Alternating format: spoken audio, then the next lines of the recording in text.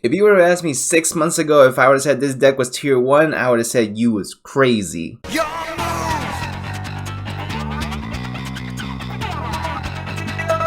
What is going on, you guys? Bastion YJ here, and today I'm coming at you with the Sun Avalon deck profile. Sun Avalon Therion adventure deck profile, essentially just really making one of these decks one of the top combo decks of the current format overall. Now, we're just still trying to figure out the format recently within this past week or two after the Banlist hit, Dimension Force came out, so it's just a lot of things really just shaking up the meta overall, which is really exciting for Yu-Gi-Oh! In general. But one thing I definitely did not see happening was Sun Avalon actually taking a lot of the top spots at the most recent regionals, whether it's Pasadena or other ones as well. So it's really seems to be this deck, because of the hits to a lot of the more popular decks in the format, like Prank Kid can't really perform anymore, things like that, and the consistent boost that it got from the Therion package and the adventure package as well. I think Sun Avalon has really risen itself to the point where it is now officially a tier 1 deck.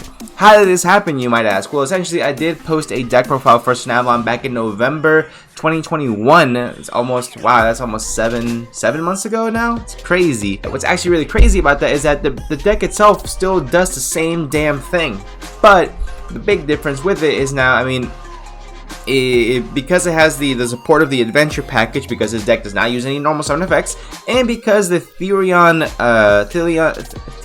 Lily Borea and Therion King Regulus are such broken cards, especially with plants, I think that's what really boosted this deck into the point where it is now officially a tier 1 contender. All you need to do to win with this deck is summon this guy out, Sunseed Genius Loki, which is what we're going to be starting off with the deck profile, guys. So without further ado, go ahead and strap in, leave a like down below, and without further ado, guys, go ahead and get right into the deck profile. So starting off with the monsters, guys, not getting anything too crazy in here. It's just 3 copies of Genius Loki. You pretty much need this card to start off your entire combo. So without this card, this deck entirely dies. Which, a good way to counter this deck is, I believe, a card called Chain Disappearance. If you guys have not heard of this one already, make sure this was, yeah, when a monster with 1,000 attack with 1,000 attack or less is summoned, not just normal summon or special summon, just summoned, banish that monster with 1,000 or less attack. Then your opponent banishes all cards with the same name as that card from their hand deck. So yeah, this card immediately destroys it. Same thing with Nibiru, but Nibiru is now a lot less prevalent because you have the adventure token package in here as well. But just a, you know, food for thought for any of you guys looking to counter this deck. If this is the top deck of your locals, so there you go, you're welcome. Next, you play 1 copy of the Sunseed Twin, fantastic extender as well, along with the Rose Girl, again, another phenomenal extender also. Same thing with the Snowdrop Breaker Fairy. It doesn't really come up too often, but it's still a nice addition to go ahead and have in the deck. And Aromage Lore, you can just abuse this card so easily, like, it's just absolutely insane. One card that I actually still really love in this deck, and you may have seen it in the profile that I posted back in November last year, is I like to play 3 Lone Fire Blossom, just because it's another way to go ahead and get out your Genius Loki. If it gets ashed, it gets ashed, but really any of these can get ashed. I mean, you're playing a lot of ways to go ahead and get this guy out from special summon from your deck. If you hard draw it, hey, fantastic, more power to you, you know? But anyway, 3 copies of Lone Fire Blossom. This card says once per turn, tribute a plant type monster. It doesn't say you can't target itself, so you tribute itself and special summon a plant type monster from your deck. So you special summon Loki, and then you go full combo from there. Also, at the end of this video, there's also going to be a quick combo I'm going to show you guys, which is 1 card starter. So you guys can see more or less how the deck works exactly with just 1 card. Again, it's just going to be just Sunseed Loki and no other cards. If you have other extenders, if you have the adventure token, it's not even going to show the adventure package involved in there whatsoever. But if you have those cards, fantastic, more power to you. But anyway, next onto the Therion cards, we play 1 of the Therion King Regulus and then triple of the Lily Borea. Regulus is by far the best Therion monster in my personal opinion. However, you're not running a machine deck, so really just want to go ahead and play 1, and the goal is to get Lily Borea out, search out your field spell, where the search out field spell, activate field spell to search the Regulus, and then activate Regulus targeting the Liborea in your graveyard to go ahead and special summon yourself, and now you have a negation and also a spell and trap search, but you're really only playing one Therion spell trap in the deck. No more are really necessary. Next gonna be for the adventure package, 1 Wandering Griffin Rider, 3 of the Water Enchantress. Next 3 Ash. I didn't really know what other hand traps to put in here. I thought about DD Crow, I thought about Droll and Lockbird potentially, even main decking Nibiru. For when you're going second, then you need to get rid of their board. Even thought about main decking Dark Ruler no more, but essentially all those things don't matter because in the event that for some reason you get like you get Ash in one of these, that's why you play against so many starters with this, so you don't need to worry about really getting hand trapped. The only hand trap that you have to worry about is going to be, well, it's 2 actually, Droll and Nibiru. If you get Droll and Nibiru, you cry yourself to sleep, but you will prevail because you still have the Therion and the adventure package to go ahead and fall back on, so that's why his deck is so good. Next, going on to the spells, we played 2 of the Sunvine Sowing. Really amazing card. Basically, special summon a Sunseed monster from your deck, and if you do, take 1000 damage, which then plays into the effects of your Dryas, and then special summon the healer as well. So really good card as far as that goes.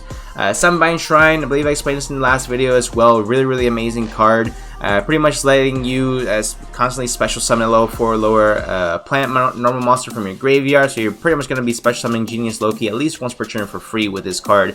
Really fantastic. Triple Unexpected Die, special summons a normal monster from your deck for free, and then triple Painful Decision, which again lets you go ahead and get rid of one of your normal monsters to search a normal monster, and then you go ahead and normal summon the Loki. You only play 3 normal monsters, so you should be good to go as far as that goes. If it gets ashed, it gets ashed. It is what it is, but overall, you're playing 3, 6, 9, 12 different ways to go ahead and get into it. 13 with this guy. There's just so many ways to go ahead and get to the Genius Loki. You're playing 13 copies of it essentially, so there's very little chance that you're not going to open up and go full combo. Next, you play 3 of your Rite of Aramagir. You want to go ahead and maximize your adventure token package because, again, getting Drolled or Nibiru sucks hard with this deck. If you get Drolled, you can survive until next turn as long as you got the adventure token package. But if you get Nibiru at the wrong time, that is going to take quite its toll on you. So you usually want to make sure that you are protected, stay safe. Next, you play, of course, the Journey of Destiny, or Faithful Adventure, I should say, and then your 1 Draco back, 1 Therion Field Spell, 1 Foolish Burial, 1 for 1, 1 Call by the Grave, and that's going to be it for the spells. For the traps, you play triple Imperm, because Imperm is actually extremely good in this format. I think between the 2 best decks is going to be either Sword Soul or Branded Despia, but I've seen Branded Despia get a lot less representation recently. I don't know what's going on, but it's really dropping a lot in overall what's it called, viability, I want to say. I think people are trying to figure out how to play around it. It can be a bit glass candy as well. Don't get me wrong, it can be extremely grindy, but there's times where you just hand trap them right and they just can't do anything. I feel like a deck like Sword Soul has a little bit more consistency, more viability. I believe Rob said it best in his best Sword Soul profile, or at least when we were chatting, is that you'd rather play a deck that you know is consistent and that you know can play around multiple hand traps. So I think Sword Soul is going to see a little bit more representation than Branded Despia. I think Sword Soul might be the most popular deck moving forward, just out of pure consistency. So I think that playing triple Imperm is also going to be extremely viable in those matchups as well. Hit the Moe, hit the Taiye, you know, things like that. Hit the Taiye, sounds like Yippee-ki-yay. Anyway, then you play your 1 Sun Avalon Bloom. Basically, it is searchable skill drain, so I don't see why you would not play this. So as long as you have this guy on board, you are good to go to have this Sun Avalon Bloom and skill drain your opponent's entire board, and you pretty much extend your hand because you know you're winning that match for show. So 43 card main deck. I did not know what to cut out. If you guys don't like playing Lone Fire Blossom, well, there you go. Take those 3 cards out, you have a 40 card deck right then and there. So that's it for the main deck, guys. Now let's get on to the extra deck. Extra deck, we play 3 copies of the Sun Avalon Dryas. Is it once per turn? Any of the effects? No, absolutely not, which is absolutely fantastic. It's 1 per copy essentially, so you can keep summoning this guy out and keep searching out your Sun Avalon or Sunvine spells, traps from your deck. So really fantastic card. 1 healer is all really you need. Double Thrasher for you can actually get over some really big monsters with this guy, so it's really funny as well. One Sylvan Dance Peony, whatever. So essentially, I was watching deck profiles for Sun Avalon most recently just to go ahead and see how the deck has evolved. So I saw some guys from Pasadena playing this card instead of Verte, essentially just because they needed a plant link to monster. This is a card you can go with. You can also go with for a third Jasmine, which is also really good as well. I'm probably gonna cut out the Sylvan Dance Peon for a third Jasmine, because essentially Jasmine is a phenomenal card already in this deck, especially when you have 2 on field when you send your Laurel to the graveyard.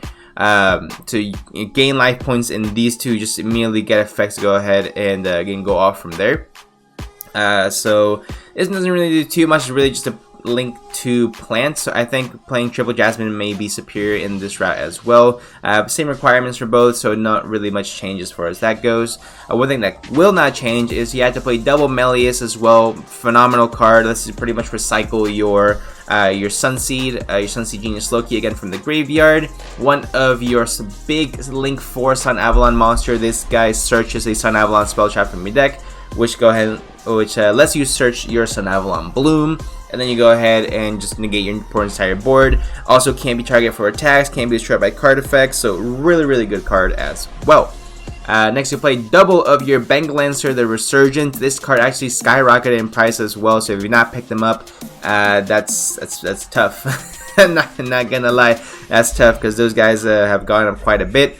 So actually phenomenal card. Basically what it is a walking compulsory evacuation device. Pretty much bouncing a card from your opponent's to your opponent's hand. All you have to do is take the attack points as damage, but it's really no big issue. I mean, this deck works slightly like Cosmo and slightly like DDD, where you take a little bit of life points here and there, but you know, you still win in the end. Man, you're playing cards like Aro Mage Laurel, and you gain life points as well, and Healer gives you life points. So essentially, it's an even trade-off as well. So it's just gonna be on your end board, 2500 beater. You're really good to go as far as that goes. And then for the last card in the extra, you play one of your Teardrop, the Eureka Queen. Pretty much for style points, essentially a tab point. You're not really going to be going into this card too often, but it is nice to have when it comes up. So that's going to be it for the Sun Avalon deck profile, guys. Let me know what you guys think in the comment section down below. Do I consider myself a professional Sun Avalon player? I definitely do not. So if you guys know a better way to go ahead and play this deck, let me know in the comment section down below. And stick around, because we have a quick combo video that's going to play in just a few seconds here. So anyway, I'm going to go ahead and be signing off, guys. If you guys enjoyed the video, go ahead and leave a like down below, subscribe for more, and I'll go and see you guys in the next one.